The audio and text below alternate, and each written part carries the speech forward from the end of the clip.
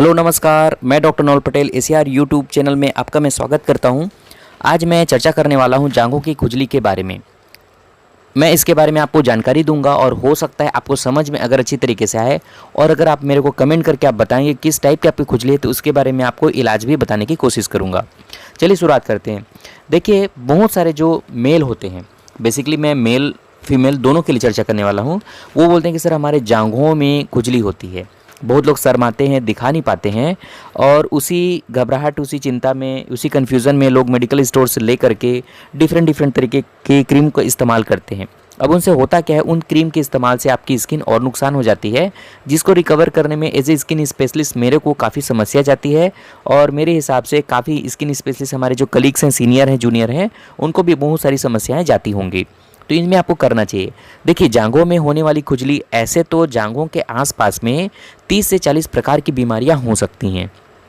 तो केवल एक आपके क्वेश्चन से कि सर मेरे को जांघों में खुजली हो गई, उसके लिए कोई ट्यूब बताएं, तो उन 40 टाइप की बीमारियों में आपको कौन सी हुई है? दाद हुआ है, कैंडिडा हुआ है, स्क्रोटल डर्मेटाइटिस हुआ है, स्केबीज हुआ है, लाइकन प्लेनस हुआ है, सोरियासिस हुआ है, मतलब बेसिकली ऐसे बहुत सारी बीमारी है। आपको कौन सी बीमारी हुई है, क्या चीज़ के लिए आपकी दवा चाहिए, मैं एक क्रीम कैसे बता सकता हूँ? मेरे को भी कन्फ्यूज़न होता है। मैंने अगर कोई आपको ट्यूब बता दी, उसका रिएक्शन हो गया तो आपको नुकसान ज़्यादा हो जाएगा। तो मैं केवल आपको चर्चा करने वाला एकदम मोस्ट कॉमन, जिनसे लोग नॉर्मली इन जनरल परेशान रहते हैं, जैसे कि दाद। जांघों में ये दाद होता है ज़्यादा। दूसरा चीज़ होता है पसीने से होने वाले रेसेस। तीसरा चीज़ है घमौरियाँ, ये भी कॉमन है। चौथा चीज़ होता है कि कैंडिडा इन्फेक्शन, मतलब कैंडिडा भी एक तरह के दाद जैसा ही एक संक्रमण है। पांचवा चीज़ होता है स्केबीज। स्केबीज में भी जांघों के आसपास में काफ़ी खुजली रहती है। छठवां चीज़ है आपको स्क्रोटल डर्मेटाइटिस, रगड़ाहट कारण, फ्रिक्शन के कारण। छठवां चीज़ है लाइकेन सिम्प्लेक्स क्रोनिकस। तो मैंने आप बताइए 6-7 चीज़ें कॉमन है, उसको मैंने बताया है। इन सभी चीज़ों में आपको जांघ एरिया में खुजलाहट रहेगी। अब अगर आपको लगता है कि आपको मैंने जो 5-6 चीज़ें बताएं उनमें से कोई एक हो सकता है, तो कोशिश करें आप उनको मेरे को थोड़े आइडेंटिफाई करके बता पाएँ। अगर आप आइडेंटिफाई करके बता पाएंगे तो मैं उसके लिए आपको ट्रीटमेंट बता सकता हूँ, सलाह दे सकता हूँ। अगर आपको लगता है कि आपने ये जो 6-7 चीज़ें मैंने कॉमन बताई, आपको समझ नहीं आ रहा है कि वो दाद है, कि स्केबीज है, स्क्रोटल डर्मेटाइटिस है, लाइकेन सिम्प्लेक्स क्रोनिकस है, स्केबीज है, तो आप कंसल्ट करें। आपको मैं डायग्नोसिस करने में हेल्प करूँगा। जैसे मैं सिंपल आपको एग्जांपल दे रहा हूँ। पहला, दाद कैसे होता है?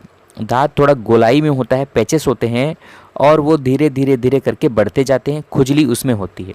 कॉमन है कि सारी बीमारी में खुजली होगी। दूसरा चीज़ है कैंडिडा। उसमें आप देखेंगे कि जांघों के किनारे में हल्का गुलाबी और सफ़ेद जैसा स्किन वहाँ की हो जाती है, और नमी रहता है, हमेशा चिपचिपा रहता है। लाइकेन सिम्प्लेक्स क्रोनिकस में आपको फ्रिक्वेंटली बहुत ज़्यादा इचिंग होगा, और वहाँ की चमड़ी थोड़ी सी मोटी हो जाती है। इसके बीच में छोटे छोटे दाने होंगे और खुजली होगी। इसके बीच में आपके अंडरगारमेंट्स, जांघ के एरिया के अलावा भी आपको पेट में, हाथों में, अलग जगहों में भी खुजली हो सकती है, और घर के दूसरे सदस्यों में भी खुजली होती है। तो आप इस तरीके से समझ सकते हैं कि ये स्केबीज है। इनके अलावा लाइकेन सिम्प्लेक्स क्रोनिकस जो होता है, या लाइकेन प्लेनस होता है, या मान के चलिए कि आपको अदर कोई बीमारी हुई, तो इन सब में भी आपको खुजली होगा। तो आपको हर बीमारी को सबसे पहले कोशिश करना है कि आप समझें उसको किस टाइप की बीमारी है। गोल है, कुछ जगहों में लिमिटेड है, या पूरा एरिया में खुजली हो रहा है, घमौरिया जैसे थोड़ी हुआ है, ठंडी मौसम में होता है ज़्यादा, गर्मी मौसम में होता है, क्या कोई ट्यूब लगाने से वो कम हो जाता है, या वैसे ही बना ही हुआ है। तो आप उसको सबसे पहले कोशिश करें कि उसको आप डिस्क्राइब करके बताएं। संभव हो तो फ़ोटो खींच के अपने डॉक्टर्स को बताएं, आप मेरे को बताएं, तो हम उसको आपके डायग्नोसिस को बनाने में और बीमारी को सही पकड़ने में हेल्प कर सकते हैं। अगर आपकी बीमारी सही तरीके से पकड़ा जाएगी तो उसके लिए ट्रीटमेंट करना बेहद ही आसान है। तो अगर मेरे द्वारा सुझाया गया, मेरे द्वारा समझाया गया चीज़ें आपको अच्छा लगता है तो आप लाइक करें, चैनल को सब्सक्राइब करें, और साथ में बेल आइकन को भी ज़रूर दबाएं, जिससे कि आपको जानकारियाँ रेगुलर मिलती रहें। धन्यवाद।